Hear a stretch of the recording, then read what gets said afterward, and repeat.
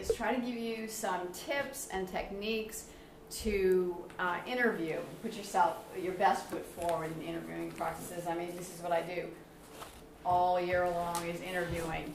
And yes, I do have a penchant for trying to place new grads, especially from UMass, since it was where I taught and where I went to school here. So what I want you to do is take out a pad.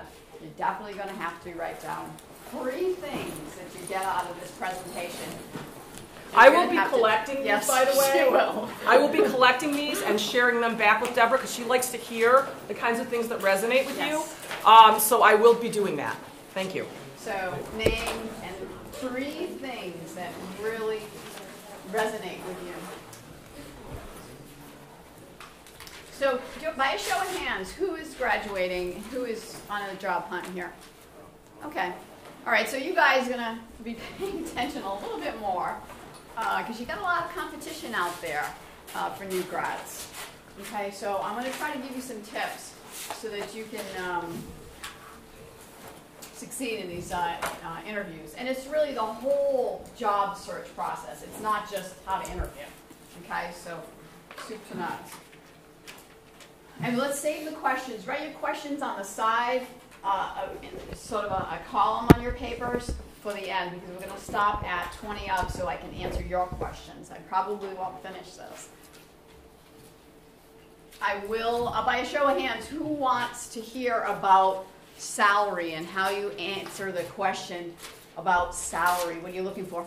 Okay, so I'm going to have to fast forward to that section. Just remind me, maybe it's... Sure. That's one we added not that long ago. Because that's a really big section, and people get stuck on that section. Okay, so we got into job search strategies. So best advice is always to be over-prepared, like you're preparing for an exam. Okay, you want to do more than you thought you needed to do for a job search. So typically, people are going on Indeed, looking at any sort of job search sites. Unsolicited applications are also good, and I'm going to tell you how to use those. Meaning, you're going to send your resume to a company that isn't looking. Okay? And don't discount that, saying, well, why would I do that? Well, you have no competition. You don't know that there's a position open right now. They haven't advertised for you. You don't know that somebody gave their notice. I can't tell you how many times I've filled positions because someone just sent me their resume. I don't have to advertise and recruit. I'm going to choose that person. So you kind of sidestep all of the competition. Very effective strategy. But people don't think about that. They really just look on Indeed and say, okay, what's being posted? Informational interviews, and that's basically asking to meet with a marketing director if you're into marketing, accounting or controller if you're into accounting and you want an accounting position, and asking for 15 minutes of their time to meet with you just for networking and informational. Not terribly easy to do, but you can do it if you persist, sending emails and letters and phone calls to that individual, looking for help just for, how do I break into this industry? Some people will indeed give you 15 minutes of your time. But it could lead to a position. Unpaid internships, most of you, how many people are doing internships, paid or unpaid? Okay. So it's always really a good strategy, absolutely. There's so many positions that are filled that started with an internship. Don't discount that, or volunteer work. So you can pursue a particular company. Oh, I always wanted to work for this company. This is the company, but they're not advertising. Again, you send a letter with your packet to either the CEO, the president and owner of the company, and the supervisor of the department that you want to work for. Pursue work in an industry. So some students are interested in, I just want this industry, I want the healthcare industry. Okay, if you want the healthcare industry, treat your job search almost like a class project where you're going to do it to the nines. You're going to plan it out, you're going to execute. And what you're going to do is, if I want to just work in the healthcare industry, okay, you get the AHA guide, which is now online, and American Hospital Association guide, and you look at, okay, what are the hospitals in a 40-mile radius? That's as far as I'm willing to go. And you plot out how many hospitals and look at those hospitals and see, okay, do they have the services that I'm looking for? Yes, they do. And then basically you do a marketing campaign and you market yourself to those hospitals, sending packets to them, to the HR department, to the department supervisor you want to work for, and to the president and CEO of the company. Very, very effective.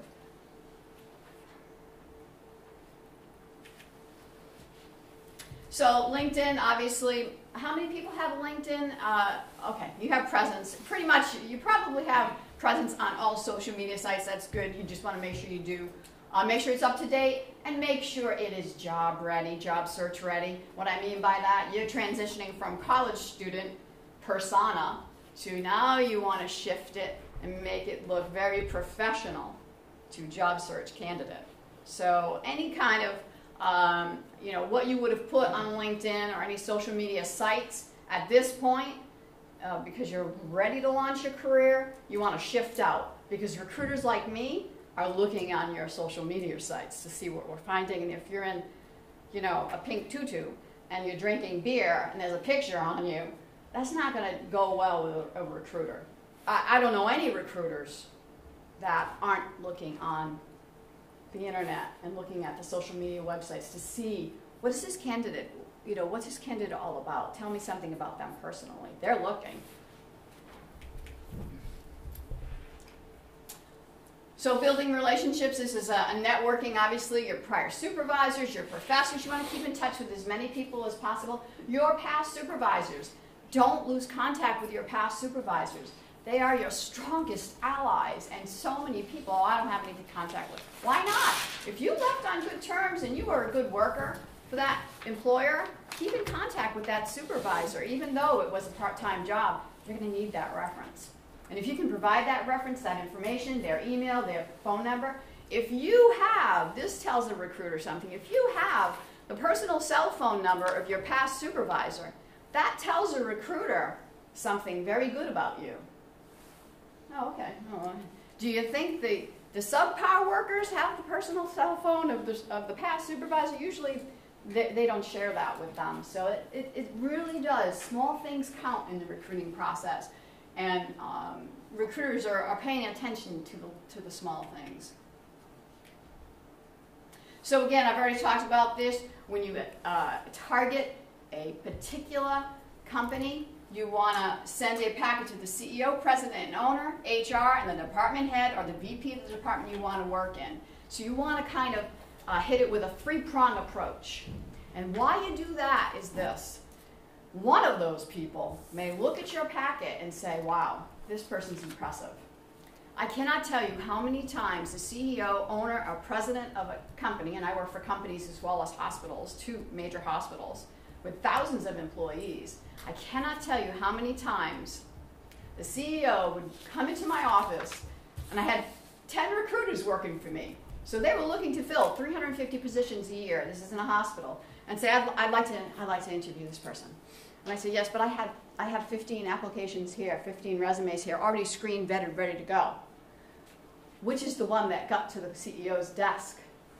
It didn't matter that I had these 15 vetted, fully vetted candidates ready to go. What mattered is the one who got into the CEO's office. So very, very effective to pull that off, okay? Don't rely on electronics. You know what? Going to the organization, knocking on a door, introducing yourself, mailing it. Who's going to mail today? Everything's email. It's very easy to sit at home and click, click, click, click, click. Whew, that was tough. I did job search all day. Yeah, but if you go to a company, go to an organization you really want to work for, I can't tell you how many times I have had people land a job because they did that. They actually got up and went to the company, introduced themselves, and you know what? Some of them got in to see the CEO, VP, or HR director because they showed up at the door. And let me tell you, you need to make sure that you treat the administrative assistants, the secretarial staff, very well. Because these people in companies are gatekeepers. And then I can't tell you on the flip side how many people have lost jobs because of how they treated my switchboard operator and my secretary. And that would be on the phone and in person. If you're rude to the secretary, that is absolutely going to get to the hiring manager. So don't discount how you treat everybody.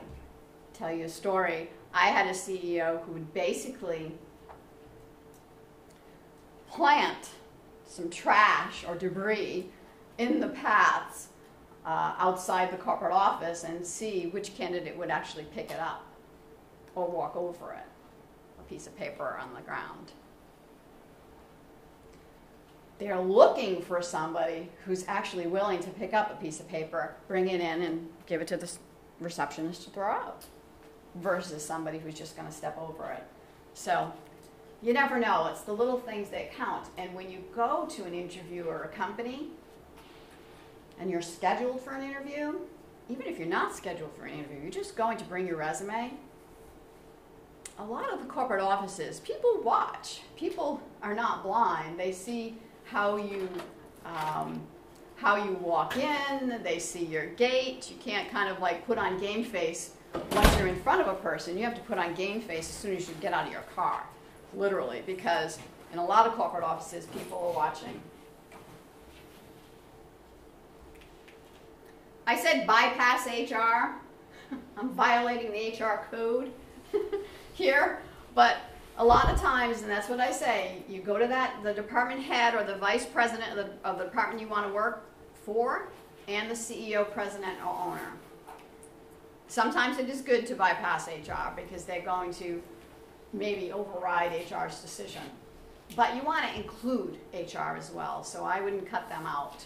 But you're in some sense bypassing them by going to your line authority as a VP or manager or director of the department you want to work for, and the CEO and president. You can send a courtesy copy to HR as well.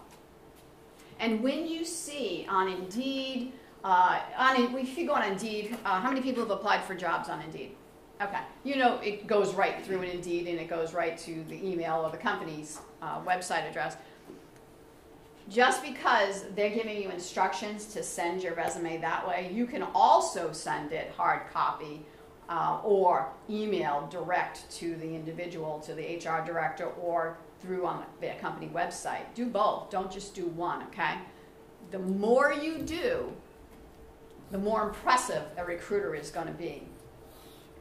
So if you apply through Indeed, you follow the instructions, that's fine. And you also went on their website and you saw that they accept applications or resumes, you can upload it direct onto their website. On top of that, you put a packet together and you mail it. And you find out who is the HR director, what is their name, spell their name correctly, get their title right. How do you do that? You be nice to the receptionist who answers the phone. A recruiter's going to say, wow, this person's really interested in this position. Did much more than most. So prior to going out, make sure you research the company. You've got to know your stuff. It is so easy for a recruiter on the first screen to figure out that this person doesn't know anything about us. Go on their website, research what's happening, current events. Look at the leaders, the management team in every company that you're going after. Look at their backgrounds. You might have something in common with their backgrounds. Very, very, very effective. What is also effective is to use what you find on their website when you do your research and embed that in to the cover letter. And also make sure that when you go into an interview, you pull something that you learned from the research that you did of their company into your conversation. Very effective and very impressive. So we're going to go over some questions that you can ask in an interview. And of course, you want to always go in with a list of questions that you have for them. I had a really good candidate. He was in IT. He interviewed with the chief technology officer, a CTO, at a construction company towards Boston. And he didn't do well in the interview. I think that you know, he's got a good work history. He's you know, he's a good kid. I said, what happened? Well, when I asked him what questions did he have, he said none. So I then met with that individual and did some mock interview practice and training. You definitely want to ask questions in an interview, okay? And make sure the questions are not all about what's in it for me. The question's about what can I do for you, okay? So make sure that's the angle of the questions, not how many weeks vacation do I have and how much sick time do I get. Okay, that's not good. I mean, that person is telling the employer, I'm more interested in my time off than I am what I'm going to be doing here. Ask something relevant to the job or the company. Okay, that's what you can do anything. Ask any question you want if it's relevant to the job or the company. So your packet that you'd put together, and this either electronically or hard copy, is an application or resume, references, and work samples. Now references, you can do a list of references, which are your past 4 supervisors, their email addresses, their phone numbers, their titles, the company name. You want to have that all detailed out. And or you can have letters of recommendation and letters of reference from your past supervisors, which is very strong. The strongest packet is going to have a well-done cover letter with a tie-in to something that's relevant and happening in the company. A resume that's nicely done. And on your resumes, you want to use a template. There's tons of templates out there that are very, very attractive. Some color. You want to have of course, you want to have it reviewed by as many people as you can, looking for errors. It has to be flawless, absolutely flawless. You have one error on your resume and you'll be cut out. Absolutely. And you know, you're going to look for everything on it, so you can have many people review it.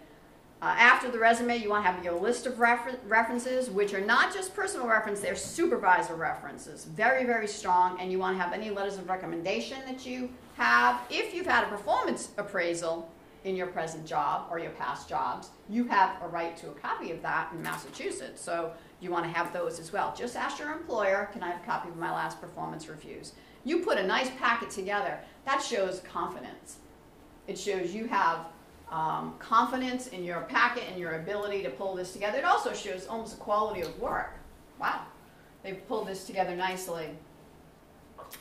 You have to think about fit with the organization, okay, the organization's culture. That's hard to figure out if you're not working in an organization already, but you can do a lot with your research nowadays. I mean, you look on Glassdoor and you have all kinds of comments about a company. I didn't have that. Jackie didn't have that. You know, you can really get a good sense. What's the culture like at this company? Am I going to fit in here? Am I going to like it here? Is it casual? Is it very structured? You know, make sure that going in, this is the place you want to work. Right, if you're someone who's cherishing work-life balance and you're interviewing a high-powered investment bank, you probably are going to have a tough time there. So make sure you know where you're looking to work, it's well thought out.